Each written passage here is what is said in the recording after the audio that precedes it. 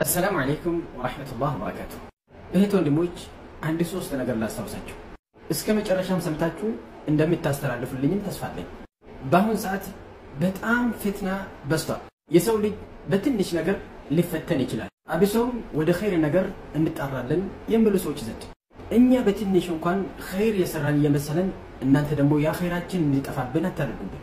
በኮሜንትም ይሁን ከኛ ቪዲዮቹ ፎቶ እየቆረጣችሁ እኔንም ሆነ የወንድሞቼ ፎቶ እየቆረጣችሁ የኛ ጀብሎች የሱናምን የምናምን አትበሉ።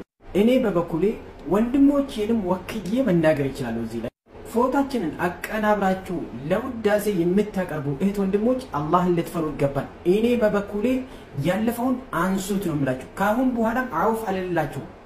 ለውዳሴና ከፍ ከፍ ለማድረግ ለምትጠቀሙት ሰዎች ነው ያልኩ ያለው። የኛ ጀብሎች የሱና ጀብሎች የማይባል ነገር በአላህ ይሁንብኝ ነው ነው።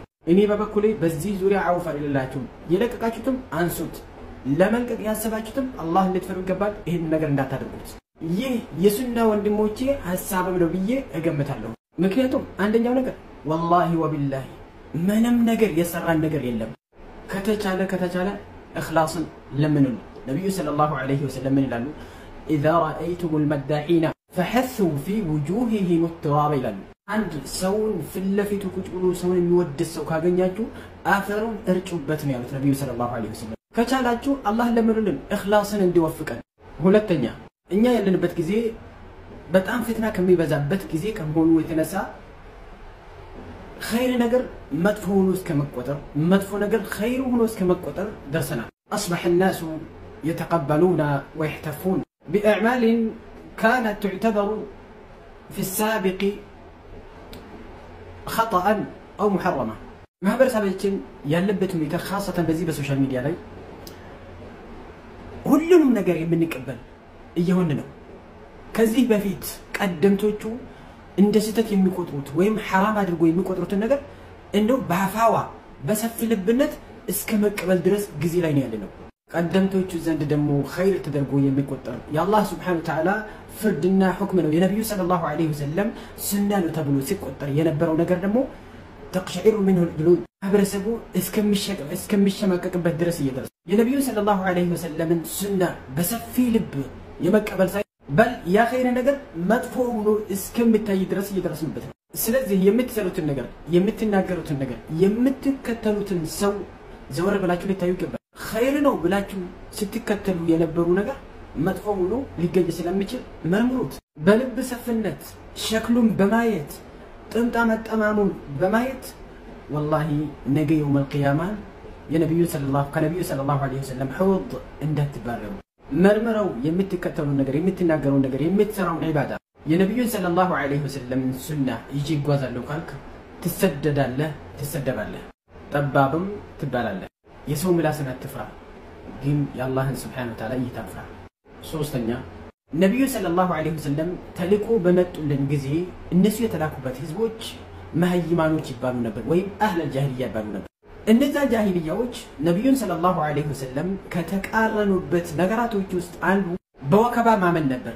በብዛትና በጉልበትና እንደዚሁም በደረጃ ሐቅን የሚመዝኑት አንደኛ ሰው የበዛበት ነገር፣ ሁለተኛ ገንዘብ ያላቸው ሰው፣ ሶስተኛ ደረጃ ባላቸው ሰዎች ነበር ሐቅን የሚመዝኑት። ነብዩ ሰለላሁ ዐለይሂ ወሰለም መጥተው ይሄንን ተቃረኑ። እኛ ያለንበት ጊዜ ልክ ያንን ይመስላል። መጥተህ አንድ አንቀጽ ቁርአን ብትናገር፣ አንድ የነብዩ ሰለላሁ ዐለይሂ ወሰለም ሐዲስ ብትናገር፣ የሰለፎቹን ንግግር ብታስከትል በአሁኑ ሰዓት ልክ እንደ መሃይማኖቹ የሰው ብዛት ነው የሚታየው። ስንት ሰዎች ነው የሚከተለው የሚባለው? ምን ላይ ተገድፎ ነው እያወራ ያለው ይሄ ሰው ሳይሆን የሐቅ መመዘኛ ብዛቱን አለው አሁን ሰዓት። فلذلك የሱና ወንድሜ አንቺ የሱና እህት ከነዚያ መሃይማኖች ጋር እንድመሳሰል እነዚያ ነብዩን ሰለላሁ ዐለይሂ ወሰለም የተቃረኑ ሰዎች የነብዩን ሰለላሁ ዐለይሂ ወሰለም ማስረጃን ሳያዩ የህዝቦቻቸውን ጥንካሬና ገንዘብና ደረጃን በማየት ብቻ ሐቅን ይመዝኑ ነበር። ይህ ደግሞ በጣም አደገኛ ነው። ለምሳሌ የኑህ ህዝቦችን ብንወስድ ኑህ ዐለይሂ ሰላም ተልኮ በመጣባቸው ጊዜ ያ ቀውም ኢዕቡዱላህ ማ ለኩም ሚን ኢላሂን ገይሩ አለ። ህዝቦቼ ሆይ አላህን በብቸኝነት አምልኩ ሌላ አምላክ የላችሁም ባላቸው ሐቅና ባጥልን ለመለየት ህዝቦቻቸው ምን ነበር ለኑህ ዐለይሂ ሰላም የመለሱ?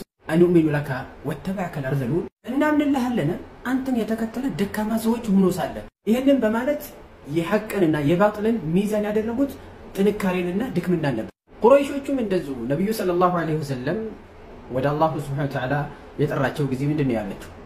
አሃኡላኢ መነ አላሁ ዐለይሂም ሚን በይኒና እንዴ እነዚህ ደካማ ሰዎች አላህ ሱብሓነሁ ወተዓላ ጸጋውን ዋለላቸው እንዴ?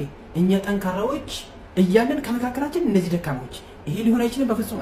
ለው ካነ ኸይረን ማ ሰበቁና ኢለይሂ ይሄ ነገርማ ኸይር ቢሆን ኑሮ አይቀድሙንም ነበር። ምክንያቱም እሱን የተከተሉ ደካሞች ናቸው፣ ገንዘብ የሌላቸው ዳሃዎች በማለት ሐቅና ባጥንን ለመለየት ጥንካሬና ድክምና እንዲያደርጉ በአሁኑ ሰዓት እያየን ያለንም ያንን የማህይማኖችን አመለካከት ነው በብዛት እያየን ያለን። فلذلك آخر الزمان ላይ ሐቅን የሚከተሉ የነብዩ ሰለላሁ ዐለይሂ ወሰለም ሱና የሚከተሉ ያንሳሉ።